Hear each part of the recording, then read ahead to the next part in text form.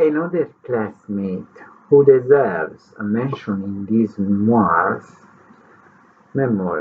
at that time was the so-called pole of attraction of the whole group of students in my section.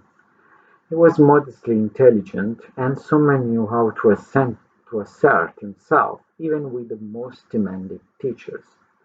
We worked together in a couple of group jobs, where he came up with the most unthinkable things to excel and be loved by his teammates. It was also my untamed disappointment in what I thought was a lukewarm but promising friendship.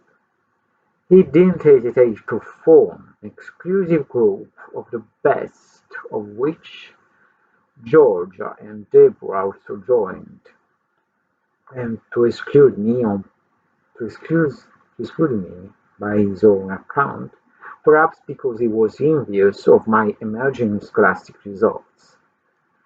Even when I worked hard to crush him in school, at school, him and his athletes, the wound of isolation that all my comrades had destined for me always remained inside me.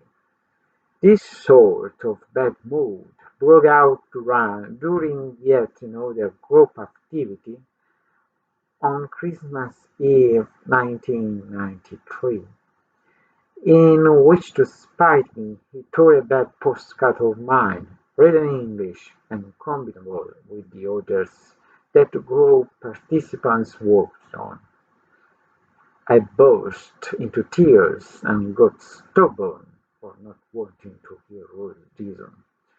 "Take me home. I'm done with all of you," I said.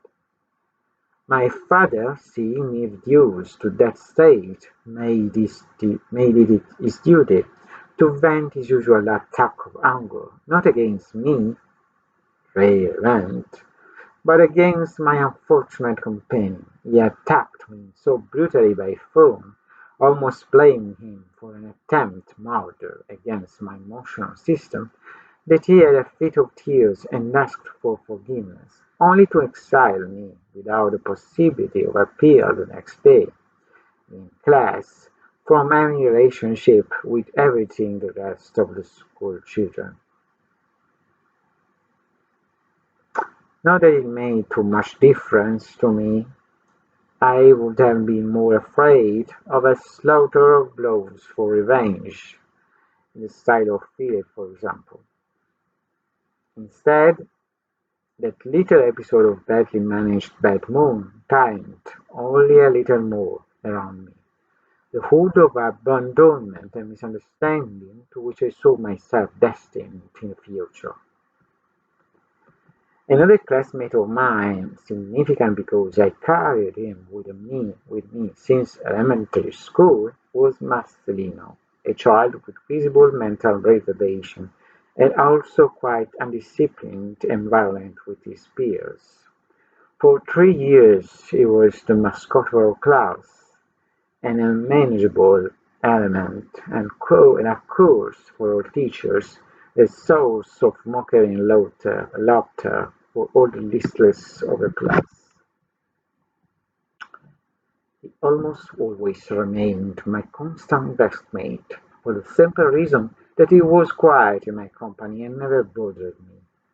There may also have been an unconscious relationship of esteem and respect between us, but I make no secret today that I was one of the few kids to really understand and respect him as a person and not as a clown who is the recipient of pranks and incitement to subversive activities and destabilizing during boring questions and lessons. After all, we were both children alone, and because he was too little in line with the guidelines of the National Youth Education Program, and I because perhaps excessively too rigidly I was considered the model of a disciplined and studious boy. Unfortunately, after the third exam I never had a chance to see him again, even after he lived in the same country as mine. as me. He came from a very poor family, had a handicapped brother, Ezekiel, and a tendency to hooliganism and street crime, which I believe may have led him over the years, he too like Filippo, to some better ventures with the law. Thank you for listening to me. Let's see each other in the next video next week.